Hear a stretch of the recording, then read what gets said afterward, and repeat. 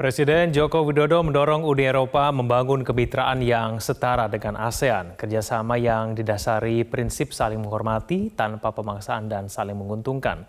Presiden Jokowi memastikan kemitraan dengan ASEAN jelas menguntungkan, tidak hanya untuk dua kawasan tetapi juga untuk global. ASEAN terus memperkuat kemitraan dengan Uni Eropa yang sudah berjalan 45 tahun. Namun Presiden Joko Widodo dalam pidatonya di KTT ASEAN Uni Eropa di Brussels, Belgia menyatakan, kemitraan ASEAN dengan Uni Eropa selama ini tidak semuanya baik. Masih banyak perbedaan yang harus diselesaikan demi membangun kemitraan yang setara dan saling menguntungkan. Jika ingin kita membangun sebuah kemitraan yang lebih baik, maka kemitraan harus didasarkan pada kesetaraan. Tidak boleh ada pemaksaan.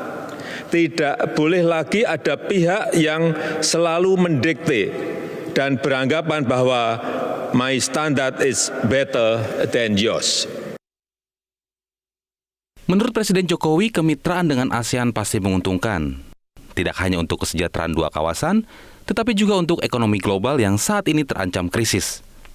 Karena itu, Presiden mengajak Uni Eropa mendukung hak negara-negara berkembang untuk tumbuh dan maju, khususnya ASEAN, yang kini menjadi pusat pertumbuhan global.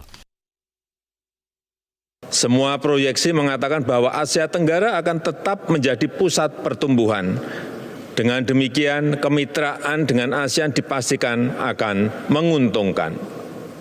September tahun ini, EU ASEAN Business Council mengeluarkan hasil survei mengenai persepsi bisnis di ASEAN.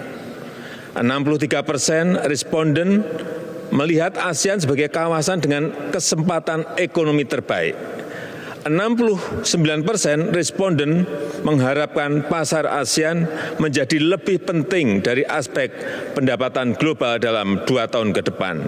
Dan 97% responden berharap adanya percepatan perundingan FTA ASEAN-EU dan anggotanya. Hingga saat ini, Uni Eropa menjadi mitra dagang terbesar di ketiga ASEAN setelah Tiongkok dan Amerika Serikat dengan total nilai perdagangan tahun 2021 sebesar 268,9 miliar dolar Amerika.